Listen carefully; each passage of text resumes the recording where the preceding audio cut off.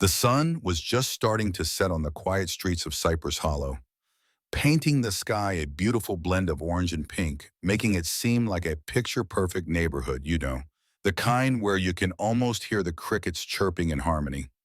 I just returned home after a long day ready to unwind with my two companions, Titan and Ghost, my always watchful German shepherds, both ex-military trained to be protectors and loyal friends. They were my sanctuary after serving overseas, my little slice of peace, where I thought I could really let my guard down. But peace doesn't always last, does it?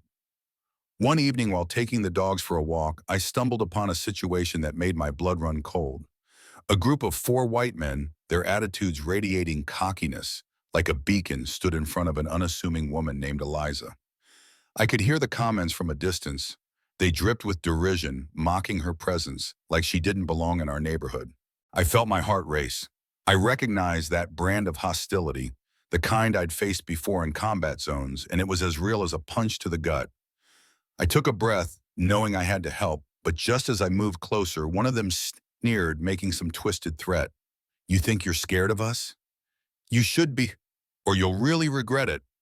As those words echoed, I felt the weight of judgment drop heavily on my shoulders. It wasn't just about me, it was about what they were doing to her too. I stepped in front of Eliza, my dogs at my side. "All right, fellas, isn't there a better use of your time than that? How about we just all take a breath and walk away," I said, trying to defuse the situation, but that wasn't going to happen. Before I could even prepare myself, the aggressor pulled a knife glinting in the dim light. My heart raced, but I wasn't about to back down. "You could have made a better choice today," I said simply, and with that, all hell broke loose. Titan and Ghost sprang into action, their tails raised, muscles tensed, barking like they'd heard the command to defend their territory. I lunged forward using my training. Years of discipline flooded back. We engaged in a blur of fur fists and fear. My tactical instincts kicked in, and I maneuvered swiftly. Within moments, I had the knife-wielding man pinned down my knee, in the small of his back, Titan standing guard, a fierce growl rumbling in his throat, and Ghost keeping an eye on the others who stumbled as they stepped in. But then, before I knew it, we were engulfed by chaos.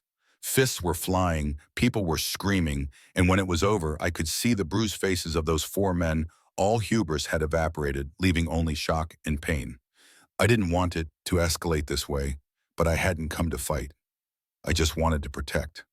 The next thing I knew, I was on the ground handcuffed, feeling the heat of shame wash over me as the sirens blared. My dogs were taken away, suspected of being dangerous. My heart dropped. All the effort I'd put into caring for them, training them, was dismissed like it meant nothing. The officers treated me like a criminal, shrugging off my pleas, labeling my defense as excessive force. It felt like the whole world turned upside down, and I was left there alone and betrayed. Days passed as I sat in a cell, wondering how things had spiraled so incredibly wrong. But then there came a light in the darkness. Officer Ames, a compassionate cop who didn't buy into the narrative. Noticing inconsistencies in the arrest report, he started to dig deeper, uncovering something monumental. Evidence linking the gang to something far more sinister, a militia with ties to corruption within our very own law enforcement. As the truth began to unfold, my strength ignited a fire in me. It was time for payback. I knew my military background gave me an upper hand, and with Titan and Ghost back at my side, this was personal. I rallied a few trusted friends, people who understood the stakes, and we planned our infiltration of the gang's hideout. A nerve-wracking task that felt like we were wading into enemy territory. The night we hit that hideout, it was electric. I felt my heart pounding in my chest as we moved through the darkness, Titan and Ghost leading the way, their training kicking into gear. We gathered crucial evidence, everything from video footage to documents, showcasing not just the gang's corruption, but the law enforcement's willing complicity.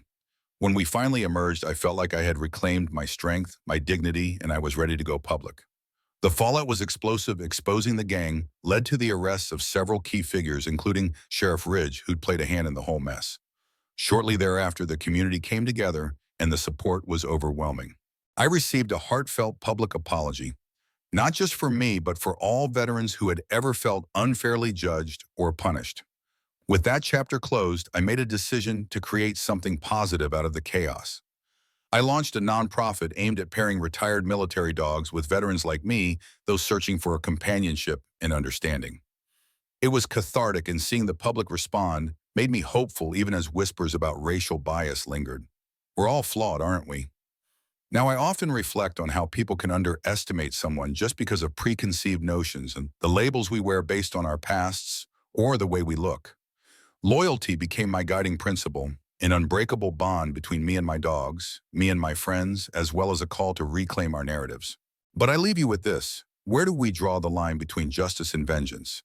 How many times have you seen someone judged or bullied only to learn later that their truth was far more complex? Join the conversation in the comments below.